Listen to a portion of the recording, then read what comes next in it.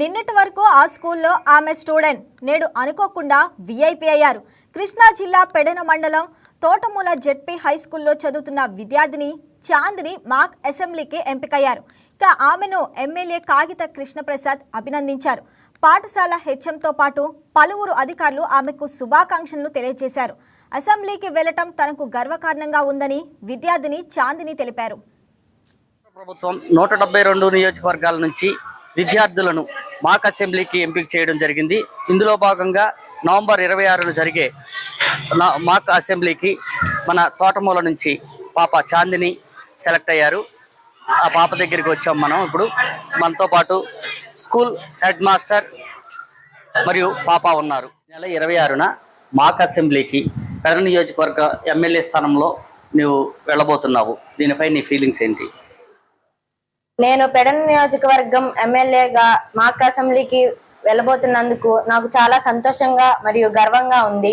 ఈ అవకాశం ఇచ్చినందుకు చాలా ధన్యవాదాలు తెలుపుకుంటున్నాను.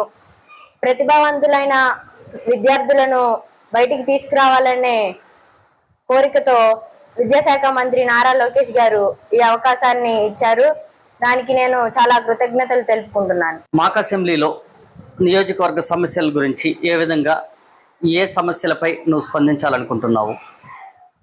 పెడన నియోజకవర్గం యొక్క త్రాగునీటి, సాగునీరు సమస్యలను చర్చించాలనుకుంటున్నాను. అలాగే పెడన నియోజకవర్గంలో కలంకారీ, చేనేత పరిశ్రమల యొక్క సమస్యలను, మొన్న పడిన మొంతా తుఫాన్ కారణంగా జరిగిన నష్టాలను వాదించాలనుకుంటున్నాను. ఎన్నికల్లో పోటీ చేయకుండానే మీ పాఠశాల నుంచి ఈ విద్యార్థి అసెంబ్లీకి వెళ్ళనున్నారు. దీనిపై మీరు ఏ విధంగా స్పందిస్తారు? పాఠశాలలో అనేక రకమైనటువంటి విద్యార్థులు మా దగ్గర చదువుతూ ఉంటారు. వారందరూ కూడా చదువు కోసం వచ్చిన అన్ని రంగాల్లోనూ వాళ్ళు ప్రతిభావంతులుగానే ఉంటారు.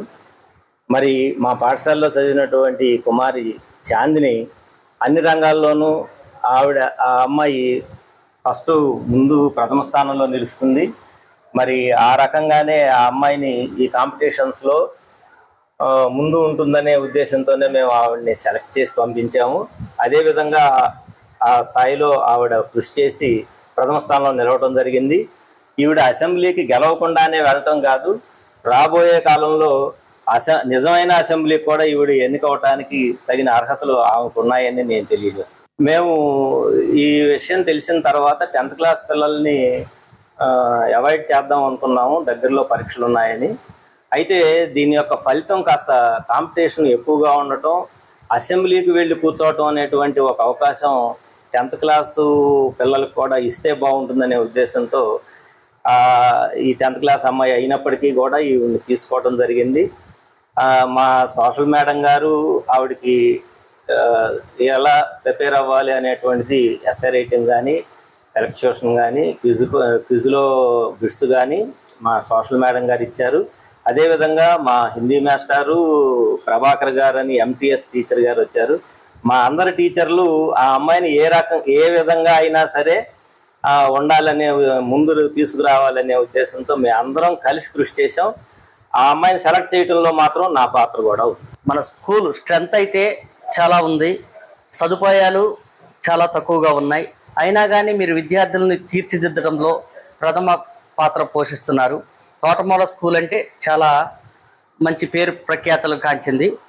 నియోజకవర్గ స్థాయిలో పాపని తీర్చిదిద్దడానికి మీరు చేసిన కృషికి ఎలా ఫీల్ అవుతున్నారు? చాలా ఆనందంగా ఉందండి. ఎందుకంటే మా స్టాఫ్ చాలా కమిటెడ్ స్టాఫ్, కమిట్మెంట్తో పాఠాలు చెప్పడం చేస్తారు. వాళ్ళకి ఒక హెచ్ఎంగా నేను చెబితేనే ఈ పని చేయాలనే దాని మీద కంటే, అది ఏ మెసేజ్ చూసినా సరే వాళ్ళు స్పందించి నాకు కూడా మేము ఇలా చేస్తున్నాం అని నేను వాళ్ళకి ఇచ్చే లోపే వాళ్ళు కొంచెం స్పందించేటువంటి టీచర్స్ మా దగ్గర ఉండటం వల్ల మా స్కూలు ఎప్పుడూ ముందడుగులోనే ఉంటుంది రాబోయే కాలంలో కూడా. ఈ వీడియో మీకు నచ్చినట్లయితే లైక్ కొట్టి షేర్ చేసి మా వైకే టీవీ ఛానల్ని సబ్స్క్రైబ్ చేయండి.